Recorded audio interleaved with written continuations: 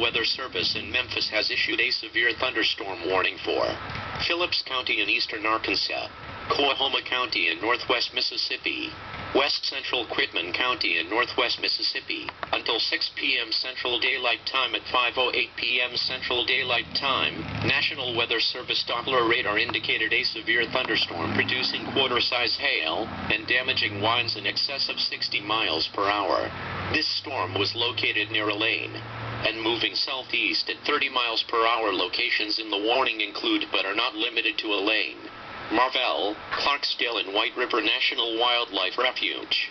This warning also includes areas near Flower Lake, Horseshoe Lake, Moon Lake, and Old Town Lake. Stay tuned to this broadcast for the latest updates and information.